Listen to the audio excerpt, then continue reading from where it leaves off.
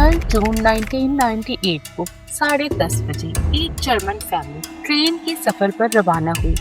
वो म्यूनिख से हैम्बर्ग जा रही थी।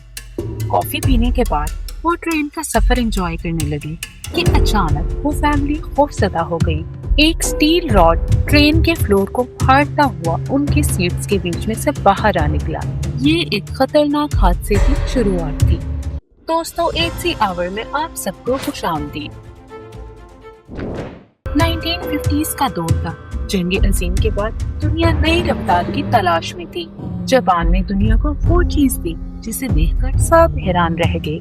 शिनकानसेन यानी पहली हाई स्पीड बुलेट ट्रेन। वो ट्रेन जो 200 किलोमीटर पर आवर की रफ्तार से दौड़ सकती थी। शहरों के दरमियान का सफर जो पहले घंटों में होता था, अब सिर्फ मिनटों का खेल बन गया। फिर यूरोप ने भी इस पर काम शुरू किया। उसके साथ साथ इटली ने अपनी ट्रेन लॉन्च की, फ्रांस ने TGV निकाली और जर्मनी, जिसकी इंजीनियरिंग दुनिया भर में मशहूर है, उसने 1980s में अपना सबसे मॉडर्न प्रोजेक्ट आइस यानी इंटरसिटी एक्सप्रेस शुरू किया। ये थी यूरोप की fastest train. Aerodynamic design, computerised control system, luxury seat, सबसे बड़ी बात 280 किलोमीटर पर आवर की स्पीड, सब कुछ परफेक्ट था। जर्मनी का हर इंजीनियर कहता था ये ट्रेन नहीं फ्यूचर है। लेकिन हर परफेक्ट सिस्टम की एक कमजोरी होती है और आइस ट्रेन सिस्टम की कमजोरी थी उसके व्हील्स। शुरू में इसके व्हील्स मोनोब्लॉक डिजाइन में बने हुए थे, यानी पूरा व्हील एक सॉलिड वन पीस स्टील में बना हुआ था जो स्ट्रॉन्ग, रिलायबल और सस्ता भी था। मगर इसका एक इशू था कि ये वाइब्रेशन कॉज करता था और ट्रेन में पड़ी हुई चीजें, स्पेशली ग्लास, प्लेट, स्पून्स की वजह से बहुत शोर होता था, जो कि सफर को अनप्लेजेंट बनाता था। इसके रीजन व्हील्स थे। व्हील्स वैसे तो बैलेंस थे, मगर किसी एक साइड पर भी अगर वेट ज्यादा होगा तो हाई RPM पर ये डिफरेंस वाइब्रेशन कॉज करेगा और हाई स्पीड पर चलने की वजह से फ्रिक्शन ने मोनोब्लॉक व्हील की कुछ साइड्स को अनइक्वली घिसा दिया था, जिसकी वजह से बैलेंस खराब हो गया था। स्लो स्पीड पर इशू नहीं होता था, मगर 250 किलोमीटर पर आवर पर पूरी ट्रेन में एक वाइब्रेशन शुरू हो जाती थी। इस मसले को हल करने के लिए ब्राजीलियन व्हील्स डिजाइन प्रपोज किया गया। इनकी खास बात ये थी कि ये वन पीस में नहीं थे। अंदर का और बाहर का रिंग अलग था और उनके सेंटर में रबर रिंग था जो कि वाइब्रेशंस को एब्सॉर्ब करेगा और फ्रिक्शन से व्हील्स खिसने पर सिर्फ आउटर रिंग को रिप्लेस किया जा सकेगा। ये डिजाइन बिना किसी टेस्टिंग के अप्रूव कर दिया गया था, क्योंकि जर्मनी के ट्रैम्स में भी यही डिजाइन यूज होता था। मगर ये बात इग्नोर कर दी गई कि ट्रैम सिर्फ 30 किलोमीटर पर आवर की स्पीड पर चलती हैं, जबकि आइस ट्रेन को 250 किलोमीटर पर आवर तक की स्पीड पर चलना होता है।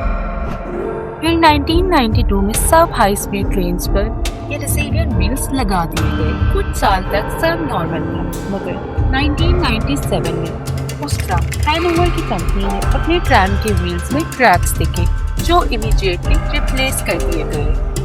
ये बात जर्मनी की नेशनल रेलवे कंपनी डॉइचे बैन को भी बता दी गई, मगर उस वक्त वाइब्रेशन का इशू ट्रेन्स में नहीं था, इसलिए इस बात पर ज्यादा ध्यान नहीं दिया गया।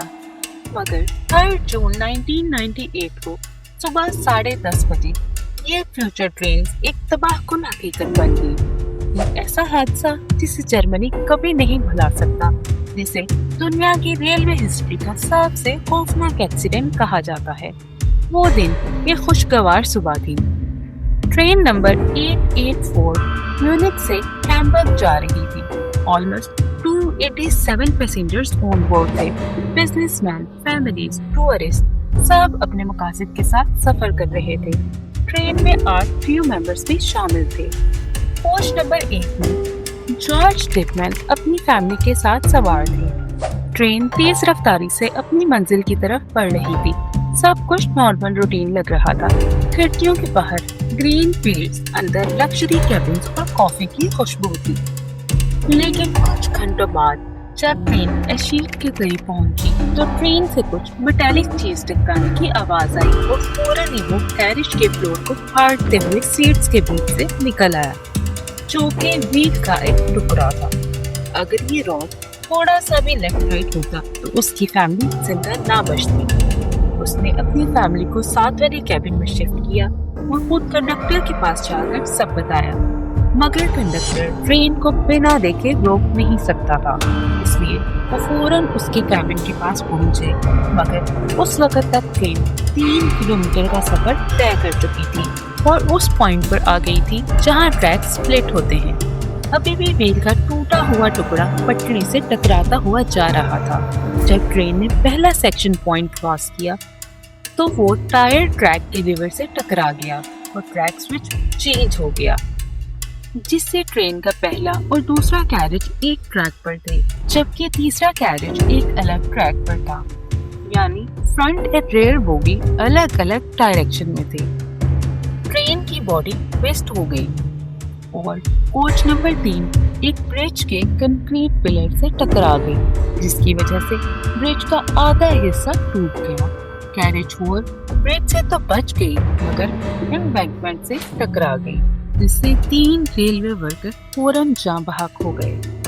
کیریج 5 اور 6 کولیپس ہوتے ہوئے برج کے 300 ٹن کنکریٹ کے نیچے دب گئی، جن کی ہائٹ بعد میں صرف 6 انچ رہ گئی۔ باقی کوچز 7، 8، 9 اور 10 تیز سپیڈ میں ایک دوسرے سے ٹکراتی رہی اور ایک پیپر کی طرح فولڈ ہوتی گئی۔ صرف کوچ نمبر 1 اور 2 بچی، جس میں جارج اور اس کی فیملی تھی، وہ بچ گئے۔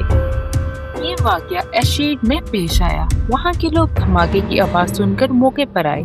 جو منظر انہوں نے دیکھا وہ شاید ساری زندگی نہ بھول پائیں۔ جرمنی کے ایمرجنسی یونٹس نے امیڈیٹ ریسپانس دیا۔ فائر بریگیڈ، ایمبولینسز اور ریسکیو ہیلی کاپٹر ایشیڈ ٹاؤن کی طرف دوڑ پڑے، لیکن جب انہوں نے سائٹ دیکھی تو سب کے ہوش اڑ گئے۔ اسٹیل کے ٹکڑے، کراشڈ کوچز اور ہر جگہ ٹویسٹڈ میٹل۔ ریسکیو آپریشن 12 گھنٹے تک چلتا رہا۔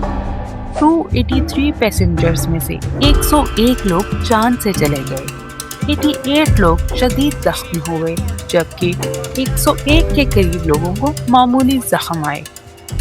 جب انویسٹیگیشن شروع ہوئی تو سب کا پہلا سوال تھا، کیسے؟ آخر ICE جیسی ماڈرن ٹرین کا ایکسیڈنٹ کیسے ہو سکتا ہے؟